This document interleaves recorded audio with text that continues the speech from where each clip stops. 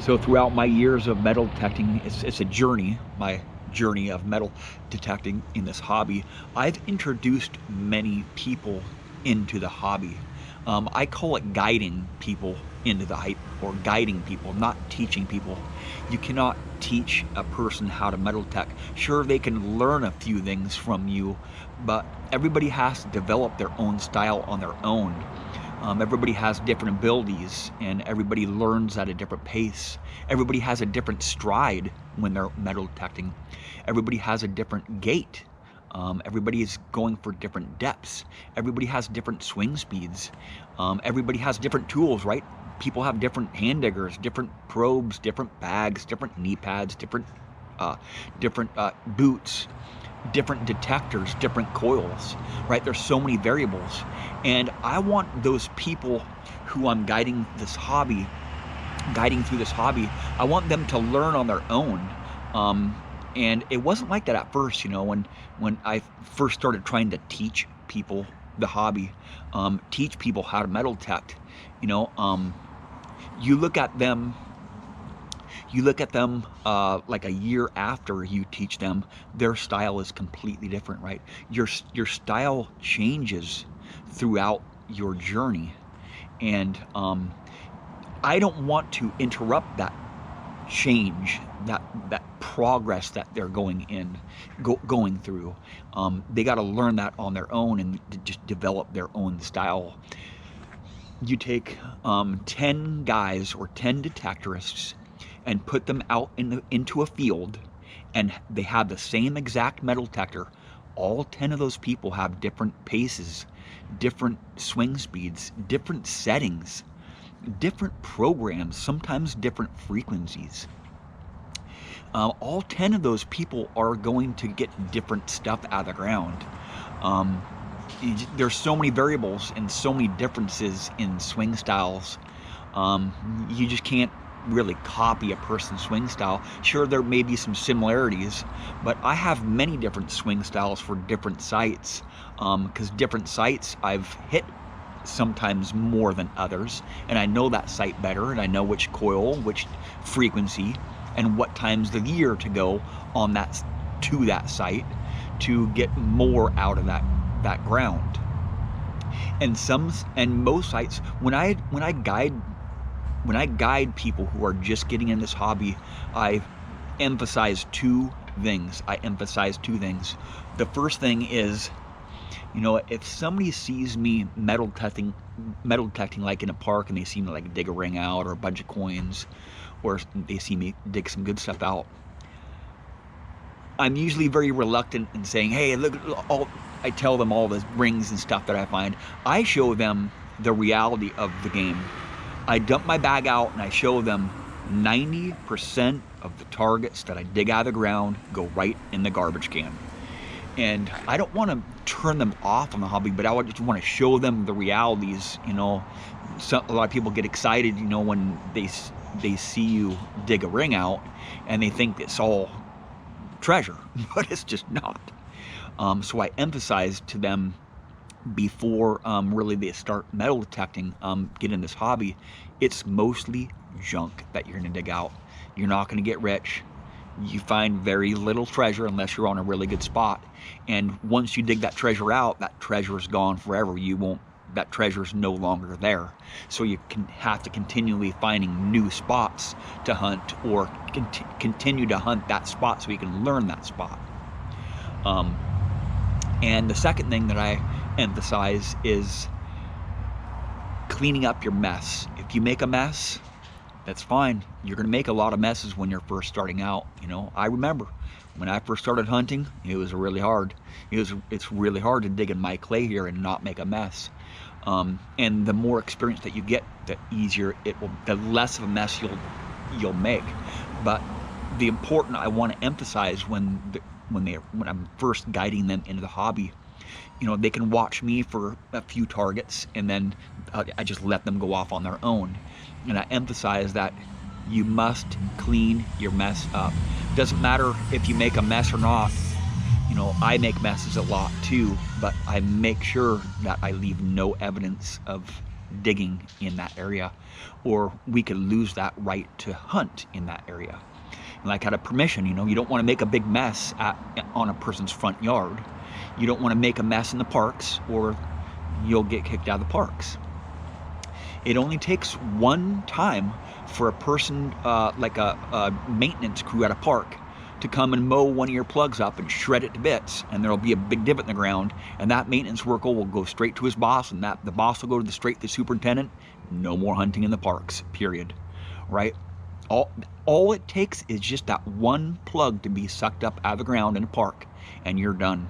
No more hunting in parks. All it takes is that you making a plug in a person's yard, and them not liking your plug, and you can't hunt on that permission anymore. I have permissions all around that I've been hunting on for years. I just keep on going back and keep on going back, and still getting targets, still getting targets, because I don't make a mess. I emphasize that to the newbies and the beginners. Make sure you clean up your mess. And I will hunt sites at different times of the year. Like right now, I haven't been hunting doing permissions because the ground is dry, right? It's October, and I haven't been hunting the parks too, because if I try to make a plug in this dry soil here, once the mowers come up, the high power mowers in the parks come and mow that ground, that plug will be sucked right up out of the ground, and I'll be in big trouble. So you just got to be aware. Always clean up your mess. You can make messes, but you got to make sure you clean them up. And there's a lot of different areas that I hunt in, so I have different styles, and I use different detectors for different scenarios in different conditions. I prefer using newer machines because they're a lot less expensive to operate. The batteries are not expensive.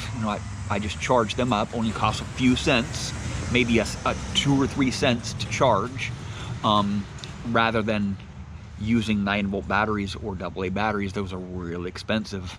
And I want to use durable detectors. I don't want my detector breaking on me every couple months. But mainly I want to have fun, and I want to learn about the sites. The parks that I go to that you see me hunting in, I'm exposing the layers of trash, digging out the trash and going a little bit deeper each time, every month or every 10 times I hunt that site. It's like an operation, right? It's like a surgery. You dissect it, right? And then you know what's down there. Then you can learn. It's a learning process. Exposing the layers it's like an investigation, right? You're just researching, and you're investigating that site. Throughout the years, there's many parks and areas that I've been hunting for a lot of years, and I still continue getting targets out of those sites. It's a learning process, right? Knowing which detector to take along with me, or which coils to take along. I'm not going to take a big coil into a bunch of trash. It's a waste of my time. I'm not going to take a small coil out to a farm field. Waste of my time, right? Unless there's an iron patch, or unless there's a lot of targets near the surface. But in parks, there's always stuff being deposited in the parks, so you always got to be maintaining those spots, those parks, like relic dumps, or spots that are not parks. You just dig everything out, dig everything that you can get out, all the non-ferrous, and there's not new stuff being deposited all the time, like bottle caps and pull tabs and twist tops and foil and whatnot. In parks, you just pretty much have to dig out a lot of junky targets, because parks are very a common used area. Like I've said before many times in my videos, I find most of my jewelry in the most trashiest spots, right? You got to have patience. You've got to dig the trash out, and eventually the jewelry will start coming. And if I'm not really getting a lot of jewelry, if I'm just getting a lot of junk in the area, and I'm just finding basically no jewelry, I just know that area is going to be too much work for me, and I'll just skip it. I'll just go to different areas. If I'm finding rings in a certain spot, or I'm finding a lot of small jewelry or medium-sized piece of jewelry, I know to pretty much clear out that area, just come back and maintain that area because it's a hot spot for jewelry. And I'll come back there and just maintain that spot. So whenever I come back there next time, I won't have all the junk to deal with, right? So I can swing faster. A lot of places that you see me hunting in, I'm swinging fast because I've been over that. I've been to that spot many, many, many times. And I usually have small coils on, you know. Nowadays in parks, you know, it's pretty hard to go deep in spots that are really trashy. You just got to dig a lot of junk out. You just got to dig a lot of junk out, and that's where I find most of the jewelry, you know, in the trashy spots. In the winter time, I'll go to spots that I've cleared out pretty much really good, and I'm going for deeper targets. Right now, in the summertime, when the ground is this hard, there's no freaking way. There's no reason to have a big coil because I cannot dig deep anyway, right? I don't have an excavator. The ground is like concrete right now. So, well, if you guys are digging up a lot of trash when you guys are first hunting, when you're first beginning to learn how to metal detect, hey, I dig out mostly trash anyway, and I have many years experience. So join the crowd. To get the good stuff, you got to dig the trash. It's just a common theme in this hobby. You got to dig the trash, man. You got to dig the trash, right? Well, thank you for watching.